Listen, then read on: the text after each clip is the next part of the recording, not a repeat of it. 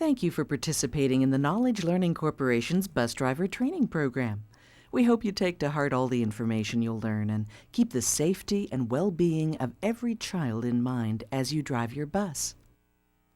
You'll be inspecting your bus and filling out a pre-trip form each day. This form should be placed in your vehicle file at the end of each week. The forms, along with maintenance requirements, procedures, and other information, are available on the Knowledge Learning Corporation's intranet in the Fleet section. The following video outlines the proper procedure for inspecting your bus. If you see any problem with your bus that might endanger the safety or welfare of your passengers, or if you notice any damage, please report it immediately to PHH at 1-800-633-8748. Be sure to include the vehicle identification number, which can be found on the PHH card that corresponds with your bus. And by the way, this card should not be stored in the vehicle. Thank you. Welcome to the Collins Bus family. The bus you are about to start driving is the product of decades of innovation by Collins Bus Corporation. We're proud to say that we invented the small school bus back in the 60s, and today we're the largest manufacturer of small school buses in North America. The operation of your bus should focus on the one main idea that passenger safety comes first. You are responsible for the safety of the children in your care, both while they're on the bus and during loading and unloading. We'd like to take a few minutes today to discuss a few practical points about the operation of your bus. Are you ready to get started?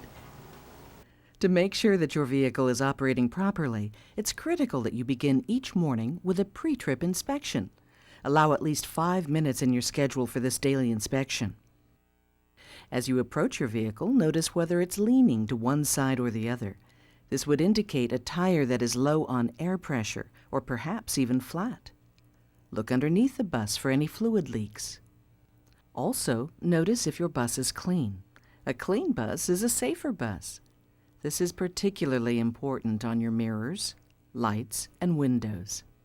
If everything looks okay, proceed inside. Once inside, go to the back and unlock the rear door vandal lock. This must be done before the engine will start. When your bus is parked at the end of the day and/or night, you must engage the vandal lock to discourage vandalism. Start the engine. A gasoline engine will start without having to pump the gas pedal. The instrument panel should look very familiar to you. The fuel gauge, gear selector, speedometer, and climate controls are in the same location as other vans you may have driven. In addition, this is where the heater shutoff valve is located. Be sure to activate the shutoff during the summer months. Remember, the dash air conditioning must be turned on before the rear system will work. Check to make sure your vehicle has plenty of fuel. Next, check to make sure that none of the engine warning lights are on. If they are, turn the engine off immediately. Contact PHH for assistance at 1-800-633-8748, prompt number 2. As you are sitting in the driver's seat, check to make sure your mirrors are properly adjusted. You should be able to see the sides of your bus in the left and right-hand mirrors. The 2 front bubble mirrors are called crossover mirrors. These are designed to help you see the front of the bus. Do not use these mirrors for rear visual checks when driving. You should be able to see the front bumper with these crossover mirrors. Just as every vehicle has blind spots, remember to familiarize yourself with the blind spots of your new bus. Immediately to the right of the driver's seat is the control panel. This panel has the dial for the rear air conditioning and switches for the dome lights, heated exterior mirrors, and rear heater. Please make sure all the switches are in the off position at the end of the day. If you leave them on, you can experience a dead battery. Now turn on your left turn signal and your headlights. Use the crossover mirrors to check to see whether the headlights and turn signal are operating properly. And now that you've checked to make sure those lights are working in the front, you need to check those same lights in the back of the bus. Now in the back of the bus, open the emergency door. You should immediately notice that an alarm sounds in the front of the bus when this door is opened. Carefully lean out of the back of the bus and check to make sure the left turn signal is working. Close the emergency door and make sure it is latched properly. Then look for frayed seat belts. Once you get to the front of the bus, change the turn signal to the right side. Check your horn, open the door, and exit the bus. Now let's do a walk-around of the exterior of the bus, a circle for safety. The first item to check is your right front tire. Make sure it is fully inflated and each lug nut is in place. Check for any obvious damage. Check to make sure the mirrors are tight. Walk to the front of the bus. Check the right turn signal and the headlights. As you walk around the bus, check each tire. Make sure that your fuel cap is on and secure. Toward the back of the bus, check the tailpipe to make sure it is not crimped or damaged in any way. Check the right turn signal again. You should also check to see if the brake lights are working properly. You may need assistance with this. After you check the brake lights, check the tire. Always look out for any body damage or marks. Proceed back into the bus and turn off all lights and switches. Each bus will be equipped with emergency equipment. Checking these items should become part of your pre-trip inspection. Located in the front of the bus is a brightly colored box with 3 triangular reflectors that may be needed during an emergency situation.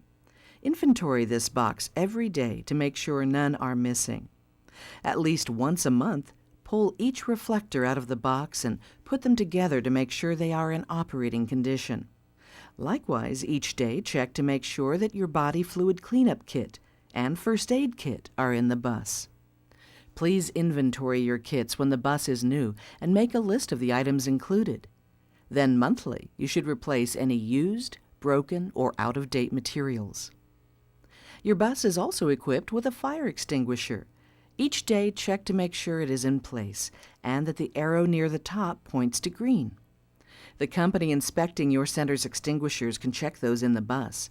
The fire extinguisher should be professionally checked at least once a year.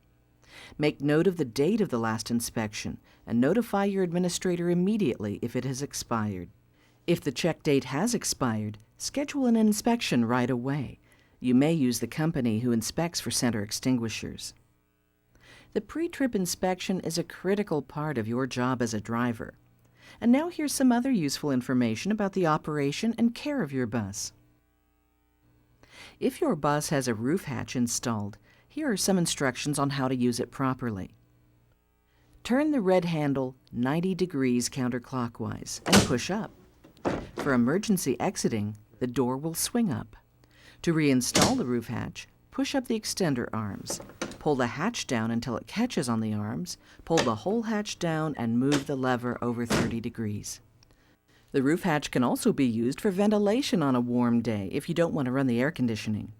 For ventilation, push the entire roof hatch up. To operate the windows, place your fingers in the slots in the upper corners to release the plungers that hold the windows in place. This allows you to move the window up or down. Just like your own car, your bus needs to be checked regularly to make sure it has the correct fluid levels.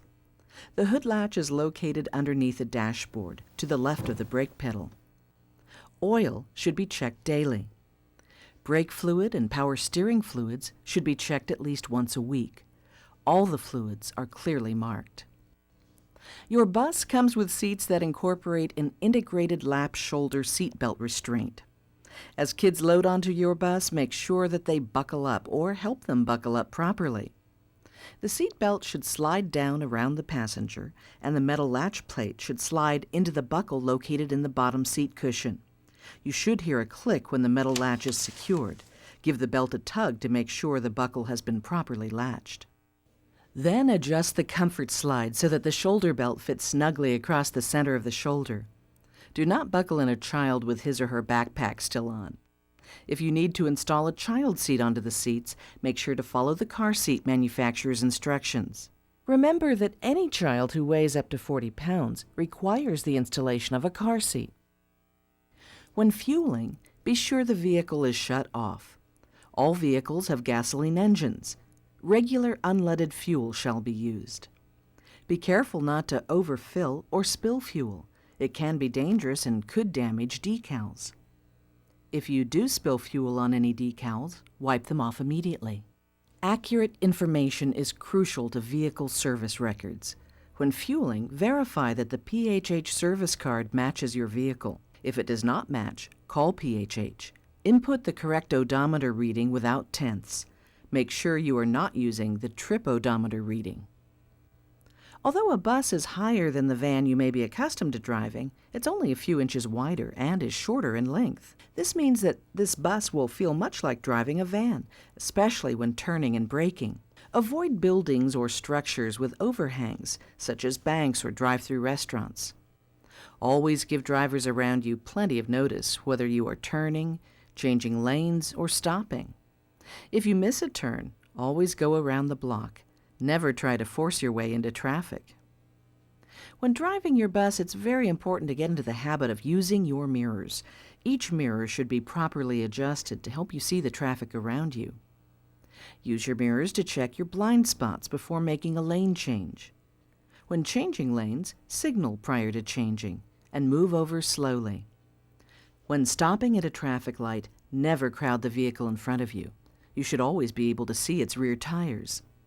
Do not ride your brakes, as it can cause premature failure or possible overheating of the brake system. At an intersection, be sure to always look left, right, and left again. Be a patient and courteous driver. Don't let familiarity with a certain stop sign or intersection become a safety hazard. As you approach railroad tracks, begin checking in both directions for a train and turn on your hazard warning lights located on the steering column. A bus is required by law to come to a complete stop and check in both directions before proceeding. Be sure to stop well back from the tracks. A white line painted on the pavement will indicate a good stopping place. If this is not the case, stop a few bus lengths back from the tracks. When you stop, be sure to open the passenger door to help you better see and hear an oncoming train. If you see a train coming but the arms have not yet begun to lower, remain stopped and wait for the train to pass. Never, never, never try to beat a train across the tracks. Also, it should go without saying that you should never stop on the tracks. If in traffic, let the vehicle in front of you proceed far enough forward to allow yourself plenty of room to completely clear the tracks. If you are crossing multiple tracks, there should be a sign indicating how many tracks you will be crossing. Since another train could be coming from the other direction, you must let the first train cross completely and get down the tracks before knowing it's safe to proceed. It's a good idea to avoid backing whenever possible. However, there are times when it will be necessary. Unlike your car, the mirrors mounted inside the bus are not designed to help you back. For backing, always use your outside mirrors. Once you've observed that the space you've chosen is completely clear, use one side of your bus as a reference point, and using your right or left-hand mirror, back into the space. If you feel that you do not have the bus centered correctly, pull forward and try again. Be patient in backing, and use a spotter whenever possible. When leaving your bus parked overnight or even for just a few minutes, always shut the bus off and take the keys with you. Always engage the vandal lock prior to leaving the bus for an extended period of time or overnight. The most important part of the post-trip inspection is checking for sleeping children. Always utilize name-to-face procedures when loading and unloading children.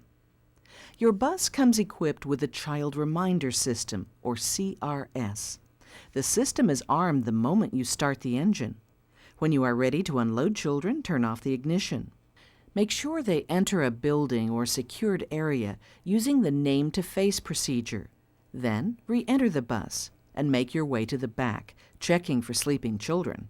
Check each seat carefully and under each seat carefully. Always close each window and door.